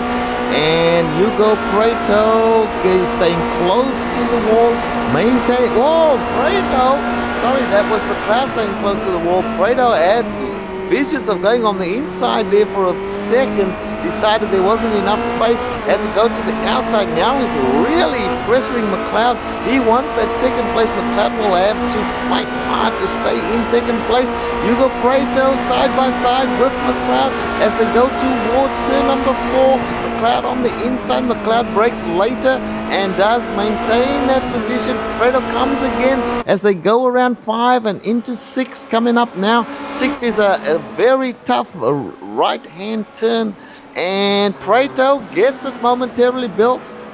I like that one. You could see what Prado did back there. He held off as they were going through turn 4. He laid back. McLeod had that shallow entry. He wasn't able to get any momentum. Prado got the great run out of the corner, was able to get the pass done, and now I think Prado should be able to pull away. Don't think he's going to have enough time to get to the leader, but Prado takes over second. McLeod's going to get third. Lopez running in fourth. Great run from Evan Emre running in fifth position all by himself. Yep, and for me, hats off to Jordi Lopez Jr. Jr. doing a fantastic job here from something like 33rd position. And of course, Evan Emre in our number 5 position at the moment. Very good job from him as well. Series organizers, while many of them are racing right now, they still have to be smiling. This is how it's supposed to work. Patrick Kessler, your leader right now. Everybody gets through. We get to see some of the drivers we didn't get to call on the first race.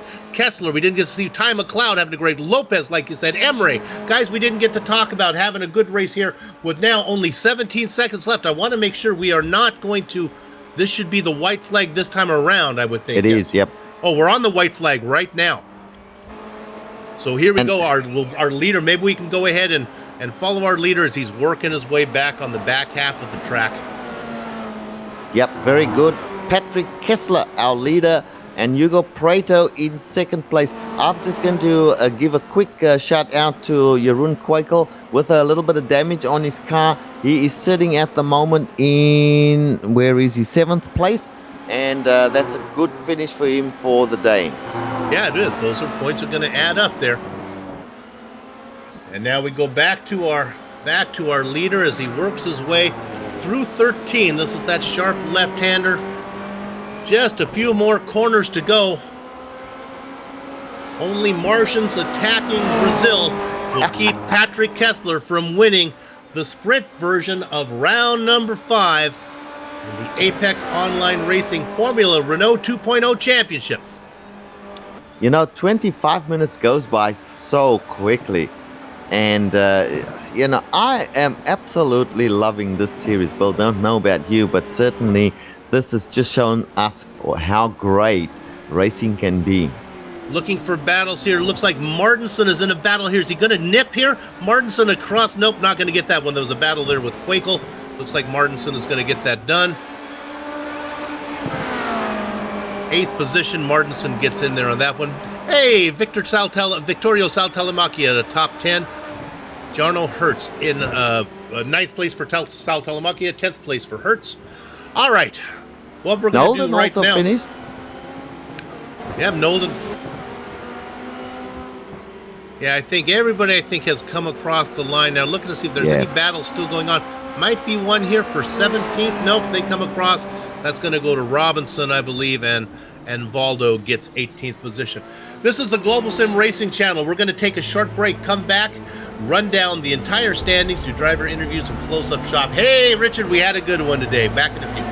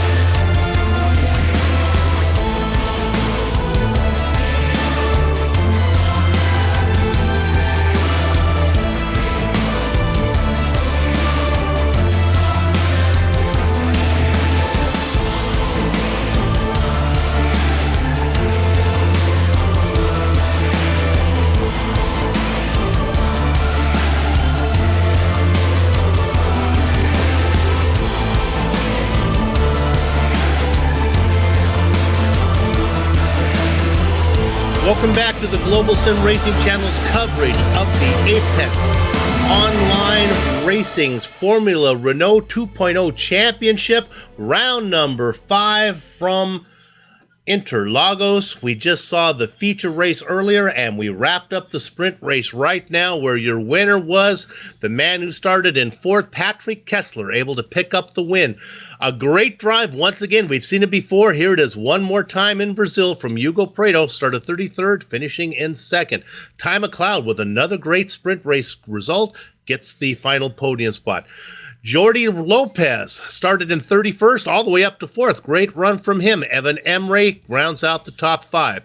Dylan Hember and Jerome Earthquakle gets 5th and 6th. Quakel should still be able to salvage a pretty good points day with a win and 7th.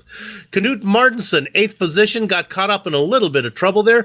Victorio Saltalamacchia gets the 9th spot, and rounding out the top 10 is Jarno Hertz. Richard? And indeed, Kerry Nolden, previous champion, finishes up in 11th place in this race. Steve Kagerer in 12th place. Lawrence De Rijk in 13th place. Stephen Chambers finishes in 14th. Christoph Leister in 15th place. Rene Oosterkamp, who had such a brilliant showing in the first race, finished up in 16th place in this race. Lee N. Robinson finished up in 17th place. Alexander Waldo in 18th place, and that was the last. Whoops, I'll pick up there. Did we lose Richard? Okay, 19th spot there, Jean-Francois Godard, and 20th position for Phil Reed. Getting paid 1.5 times her bet was Sarah Dove, who hits blackjack in 21st. Robert Sugar Plumley, we saw him out front doing some defensive driving. In the end, he finished 5 laps down, 22nd position. Oh, here we go, running 2nd in the points overall. Not sure if he's going to be able to muster much points for today. I think an 8th place in the feature, and now a 23rd in the sprint, the Unisilvasi. Christian De Ketch also had troubles in the sprint race. Yannick Nienhuis, we saw him running up front for a while, ends up in 25th after contact. Adam Maguire, who put on a great show in the feature race, going to be 26th position. Adam Tierney and Silvio Hurt, 27th and 28th. Gunnar Nienhuis, didn't hear much from him after some early trouble in the sprint race, 29th today. Luke White, our in-between race interview, going to finish in 30th position. Randy Dandy Brewer, 31st position for Origin Front Row Motorsports. The Milkman, he was on his lid in the first race and going to finish 32nd here right now. Odd Jonas Villman in 33rd position, rounding out our 35-car field, Richard Arnaud and Manuel Hoyer. All right, let's go ahead and do interviews, see who we can talk to. I see that we have, let's go ahead and bring in Ty McLeod. He had a great race, visions of finishing in 2nd position. In the end, Ty got passed by Hugo Prado. Ty, you have really found your niche here in these sprint races. Another good result from you. And let's make sure, we'll give him one more shot. Mike muted here from Ty. We'll bring him back. Ty, got a copy? Oh, I see your little light coming on there, but we can't hear from Ty. We'll go ahead. We'll bring you back in just a second. We'll give you a little test. Let's bring in, here's always somebody fun to talk about. Let's go bring in former champion Phil Reed here. Phil, well, you didn't had a rough day here in the feature race, finished 3 laps down in the sprint race. Not your best day, but boy, did you have fun in that first race.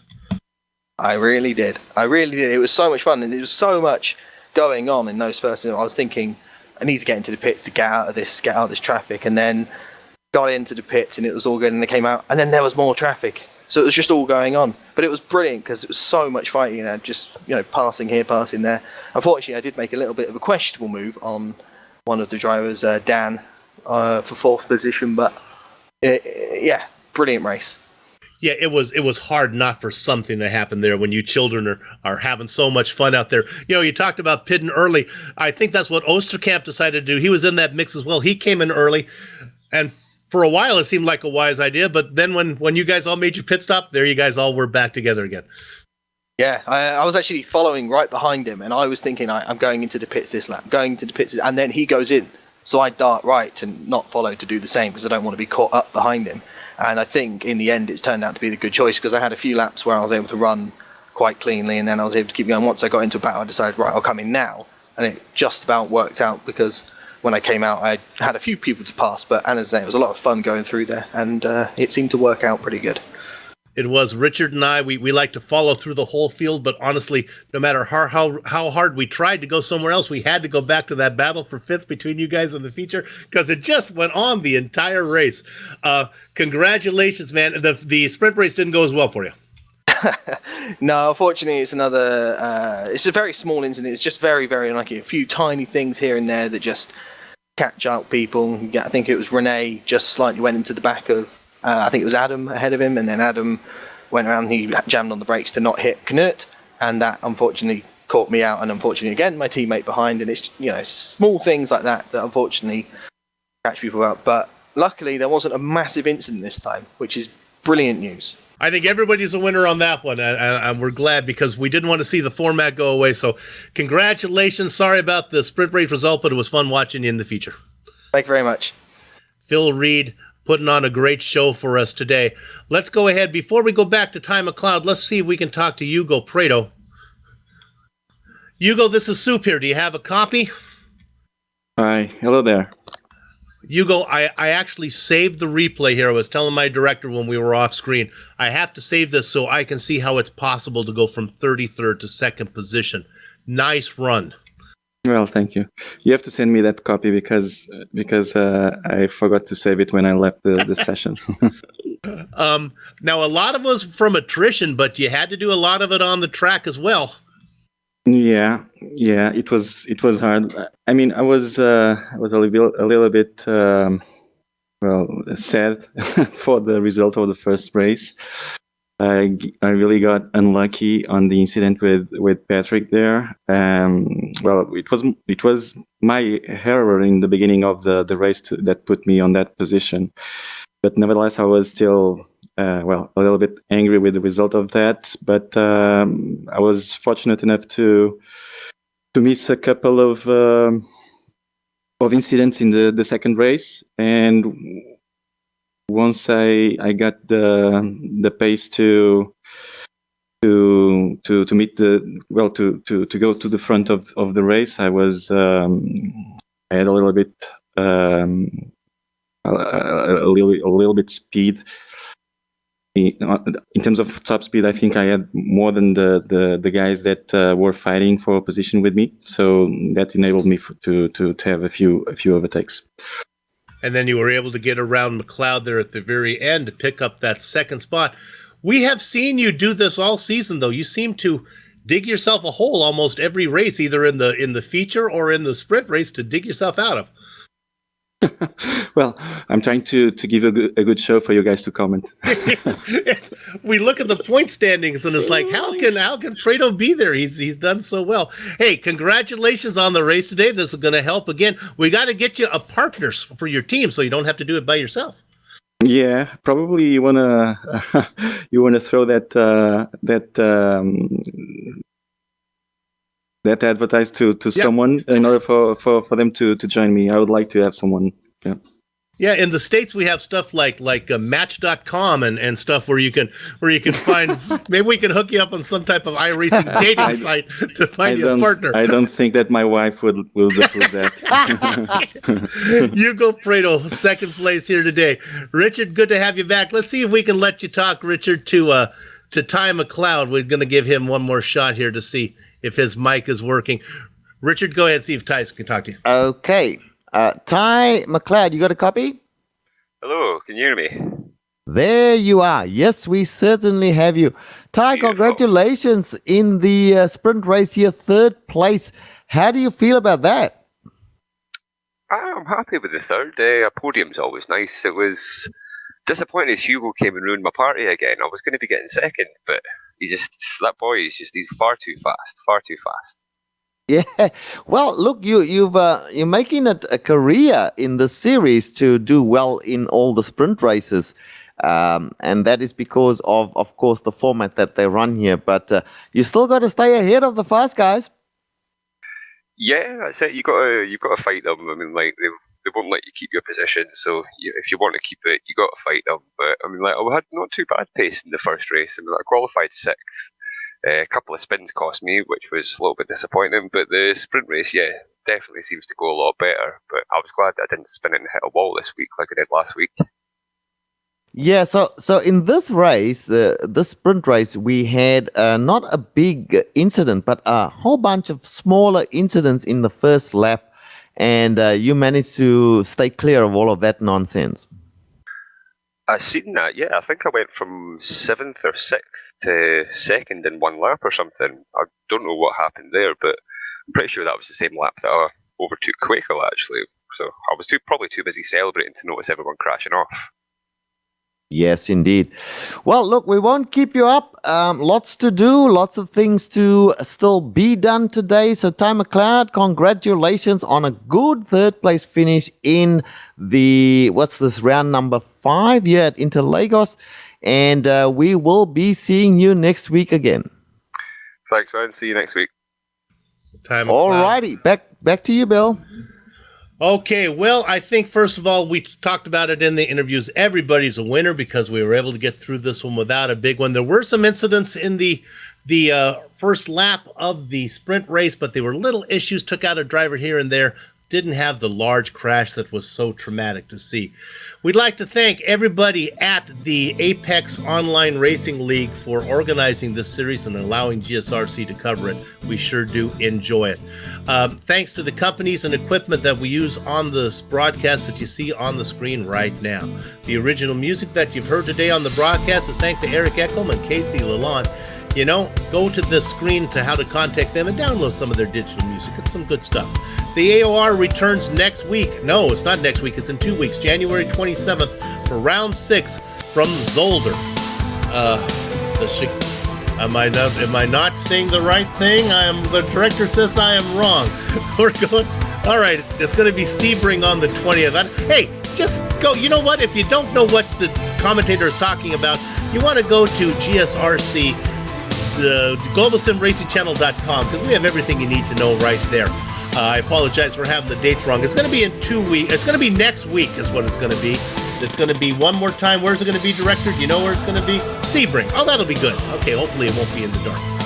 Got to check my script. If you'd like to find out more about GSRC, including dates and times of upcoming broadcasts, which would be very important, our commentator training program, or to find archive broadcasts, go to the best place, of course, is globalsimracingchannel.com. We're also on Twitter at GSRC Channel and Facebook at Global Sim Racing Channel.